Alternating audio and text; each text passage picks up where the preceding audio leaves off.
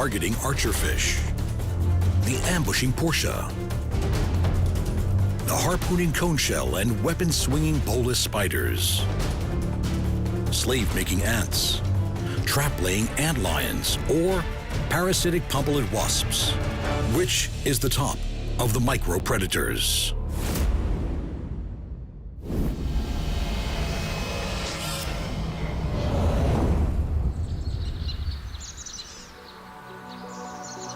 Just below the surface of the water is one of nature's most precise miniature hunters, the fabulous archerfish.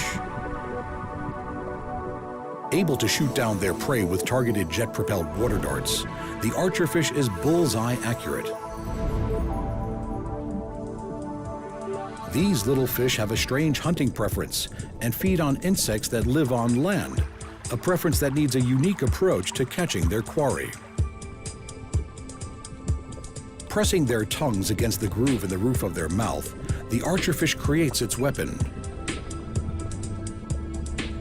Reflections in the water help disguise them from being seen.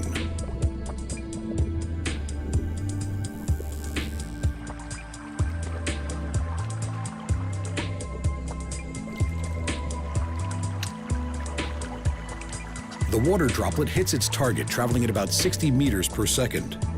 By the time the insect hits the water, the archer has repositioned itself and is in the right spot to grab its meal.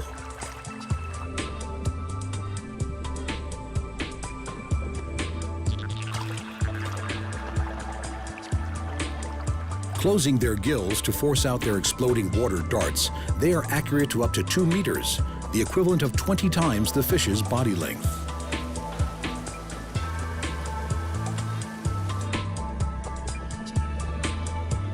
These little sharpshooters even have smart vision.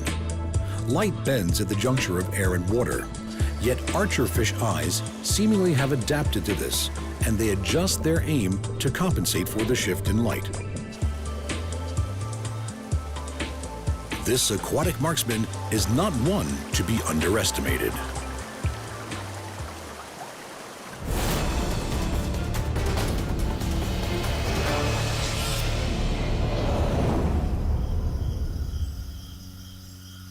A mere centimeter in length, the Portia spider is one of nature's most capable and intelligent hunters. A formidable serial killer of other spiders, Portias are fast to learn and quick to adapt.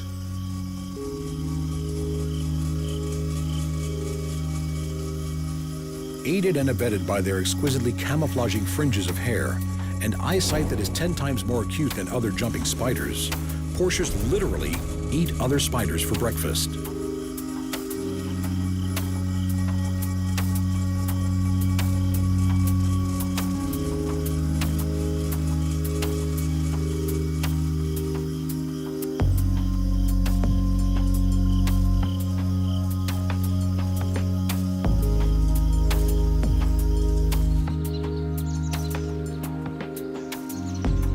These are particularly accomplished and flexible hunters, with an arsenal of assault techniques and a dangerously clever mind.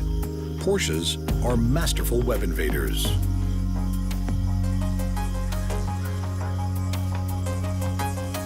Highly skilled at moving on the silken webs and lines of at least 11 different families of spiders, each with their own unique traits.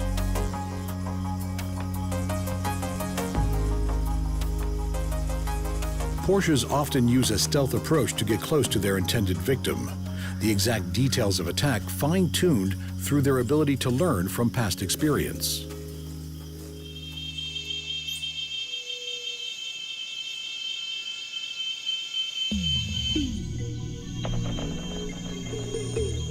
When it comes to the St. Andrew's cross spider, busy wrapping her own food parcel, the Portia's goal is to get close enough to make an ambush strike.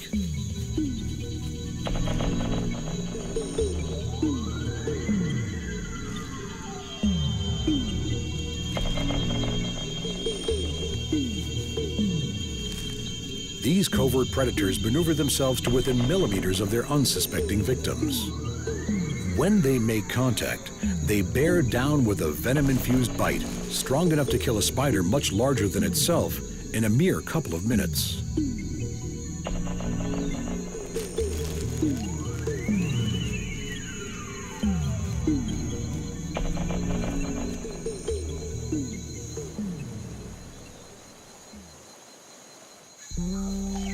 When the Portia spots her victim, the first thing she must do is to decide which attack method to use. In many cases, her brilliant cryptic mimicry is all it takes as she blends with the other small pieces of leaf debris.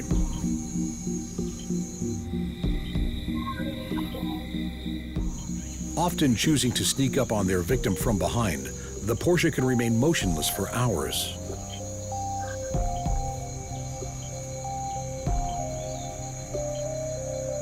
These mighty, clever hunters have been known to time their movements with the breeze, using the wind to mask any movement they make.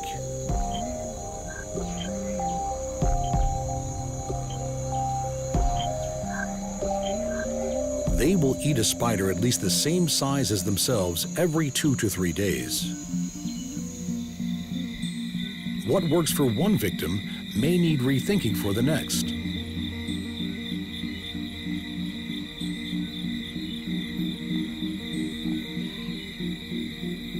Sometimes, taking a detour and sneaking around the back of a nest proves to be the most effective method.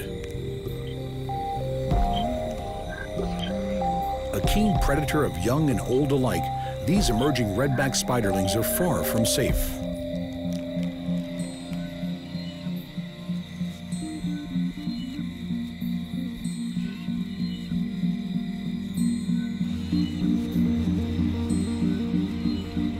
The waiting Portia could be hiding anywhere.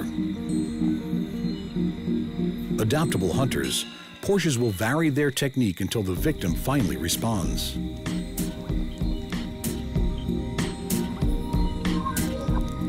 A winning method is to strum on the web lines of their intended prey. Either they will simulate the mating signals or try with the simulation of the web owner's own struggling prey, all intended to entice the homeowner out to investigate.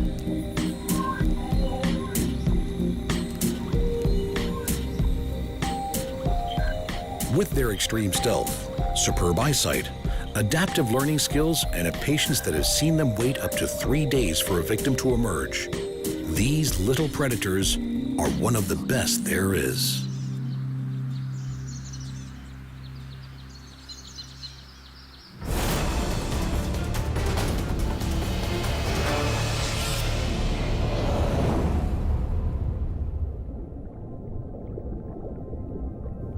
In an ocean full of fast-moving and agile fish, those that hunt them need surefire methods of capture. So it is perhaps surprising that one of their most deadly adversaries is a very slow-moving snail.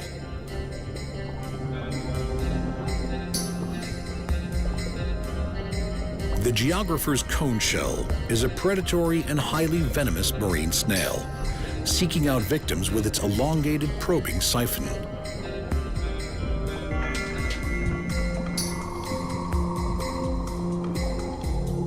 The lethal capabilities of this cone shell come from the venom that is supplied to its victim via a harpoon-like dart that shoots out from its proboscis.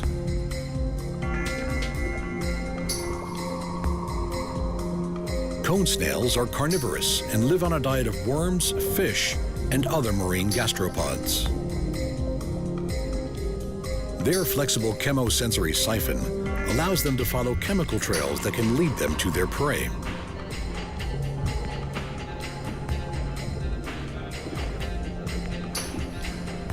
When that prey is a small fish, their hunting technique is particularly impressive.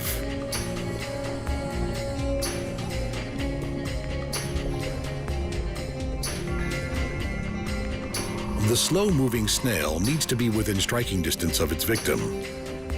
Once it is, it's a very dangerous place for any unknowing small fish to be.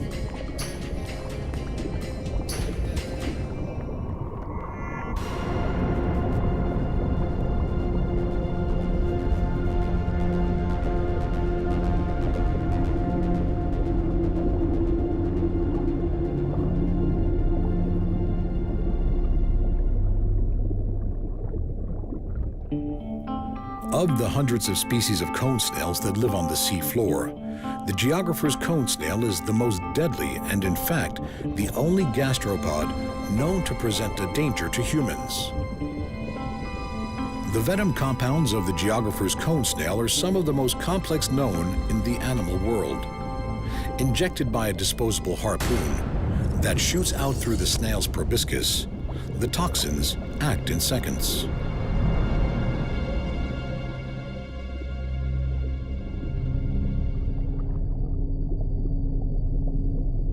Up to 100 different toxins combine together to form the snail's lethal concoction of nerve poisons. These conotoxins are stored separately in its body and are merged together just before they are injected into its victim.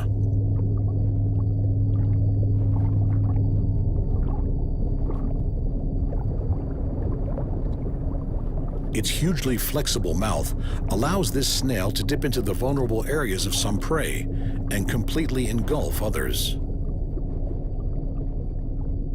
These small predators rank among the deadliest in the entire ocean.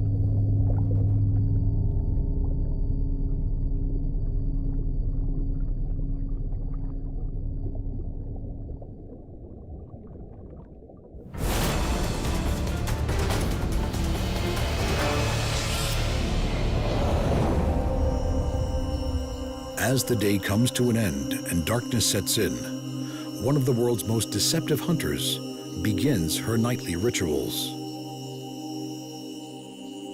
Dangling from the silken trapeze line she has just laid, the female bolus spider spins a short silken thread punctuated with tiny globules and ending in one huge sticky silken bolus. She has already wafted her scented pheromone lure into the air. Female bolus spiders seldom grow to be more than 1 or 2 centimeters. Their name is derived from the powerful South American hunting weapon made of stone balls and a rope.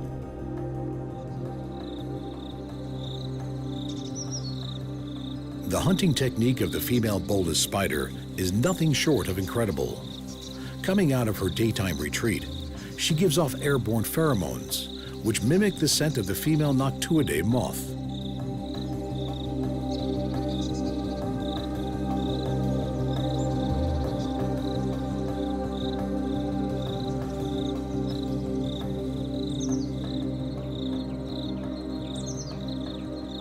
Lured in by the false scent, male moths downwind of the spider flutter towards it. As it is female moths that are mimic, only male moths are subject to potential predation by the spider.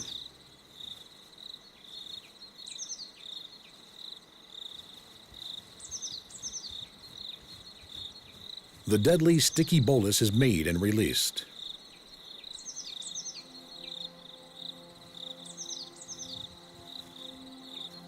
Acutely sensitive hairs on the spider's legs pick up the wing vibrations of an approaching male, and the bolus is swung.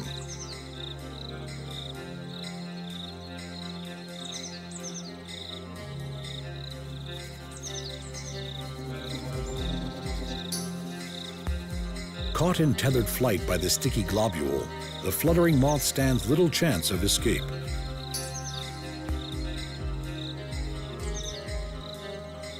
In one night's hunting, the spider may ensnare several moths.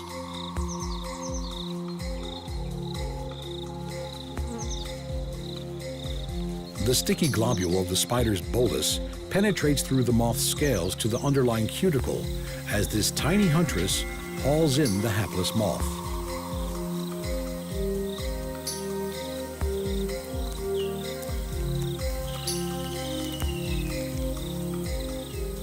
She bites and paralyzes it, waiting a few seconds before wrapping it in a silken death shroud.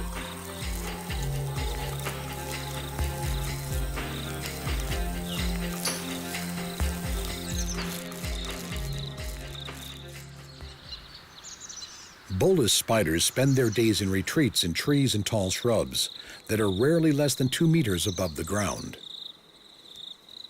When the time is right, she will construct a series of 5-centimeter egg sacs. Each will be filled with several hundred eggs. The bolus spider is truly a magnificent creature.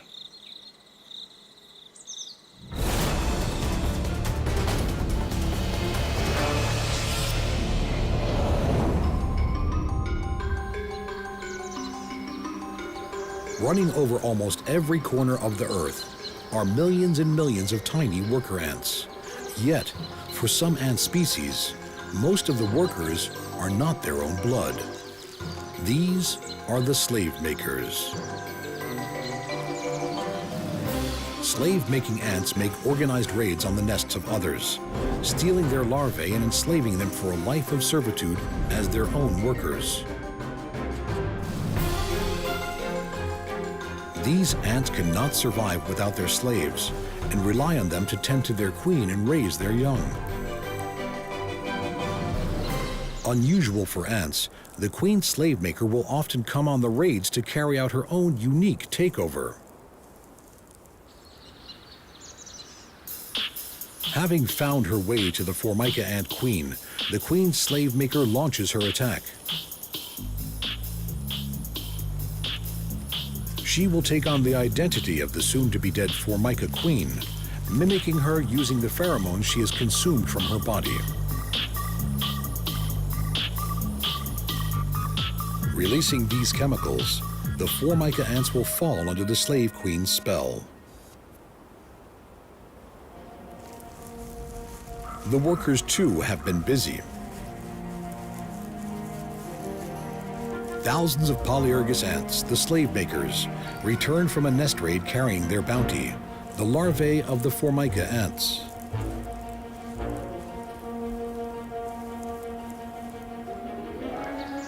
Bringing the precious cargo back to their own nest, there are two possible futures for the stolen larvae. Either they will be eaten, or the raiding slave makers will rear them as new recruits to do their bidding.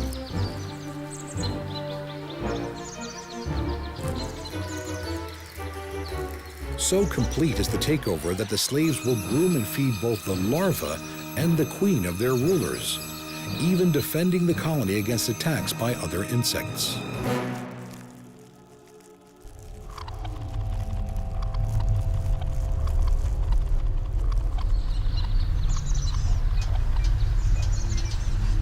In a typical colony of 3,000 slave makers, there may be more than 6,000 slaves.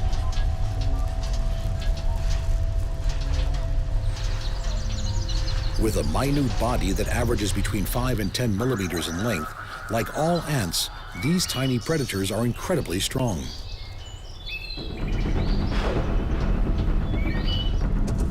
The darker-bodied Formica slaves tend to the lifeless fly, where inside the nest the two ant species seem to coexist. Formicas appearing to be more like helpers than slaves to the powerful Polyergus.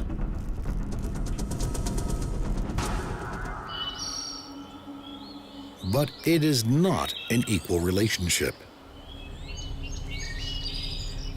Every few weeks, the Polyergus will need more workers to do their bidding, and every few weeks, a scout will be sent out to scour the ever-plentiful land for the site of their next attack, where more larvae will be stolen and eaten or raised into a life of bondage.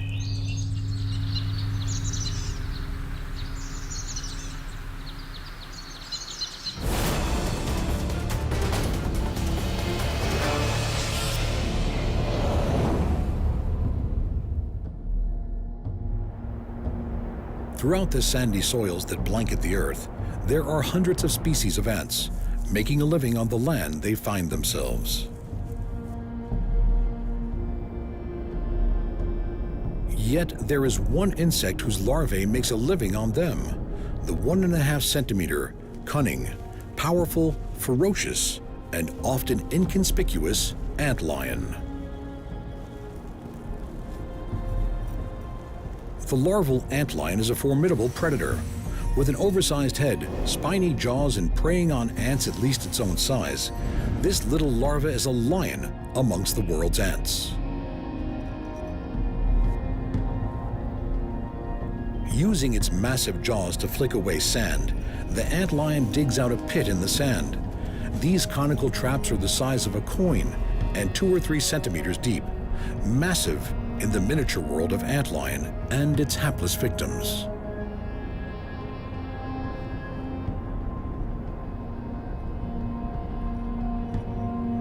The fearless predator resides at the base of the pit and waits for its ingenious architecture to work its magic. Many ants may well be the same size or even bigger than the antlion, but that affords them no real protection.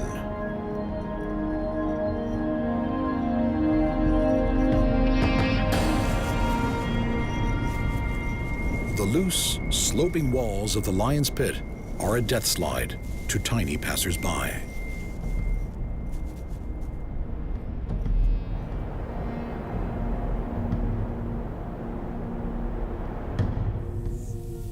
Similar to its feline namesake, the tenacious antlion is not put off by prey that is considerably larger than itself. The sloping sides of the pits, with their loose gravel sand walls, are almost impossible to climb out of or escape from before falling back down and into the waiting jaws of death.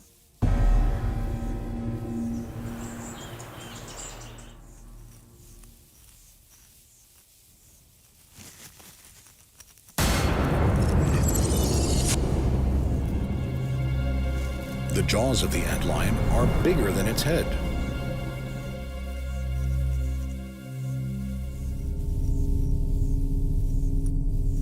Once it has its victims in its pincer grasp, the tiny needle-like teeth of the antlion inject their prey with venom. The sucking tubes of its mouthparts will feast on the meal.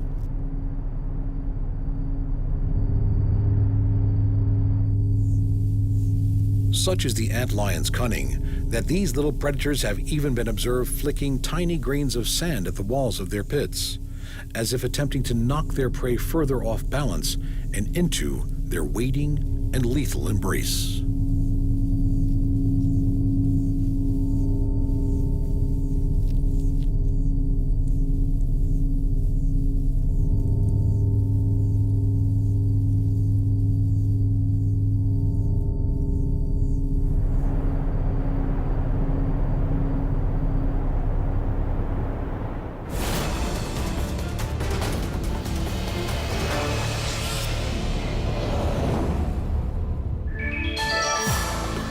In the dunes of the Namib Desert is a little wasp that seeks out a very certain type of prey. Pompilid wasps, also known as spider wasps, are named after the food they seek, and they are extremely good at seeking it. These wasps can sniff out a favorite spider in its burrow and are capable of shifting a massive amount of sand to get to it, but eating it is not its intention. Pompilid wasps are parasitic. Once a spider is caught, the wasp lays a single egg in its abdomen before sealing it in its burrow, leaving it as a living meal waiting for the arrival of the developing wasp.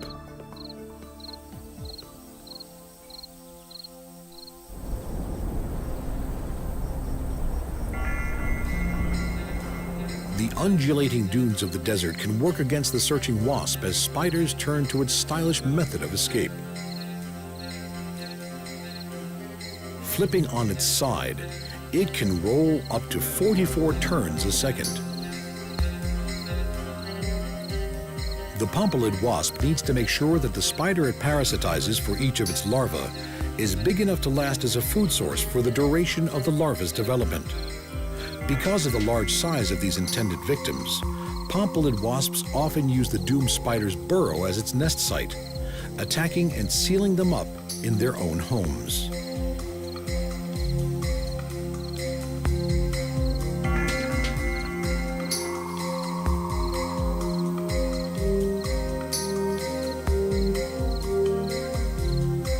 Sometimes, though, the wheels turn in favor of the spider as it makes an elegantly acrobatic retreat, leaving its tormentor to hunt elsewhere.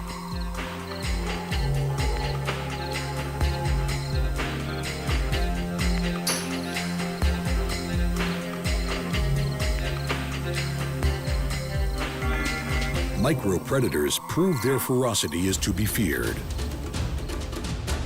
Archerfish that spit their lethal water darts. Portias ambush other spiders. Cone shells harpoon fish. Bolus spiders bludgeon moths. Ants enslave other ants. Antlions ensnare their prey. And wasps parasitize spiders.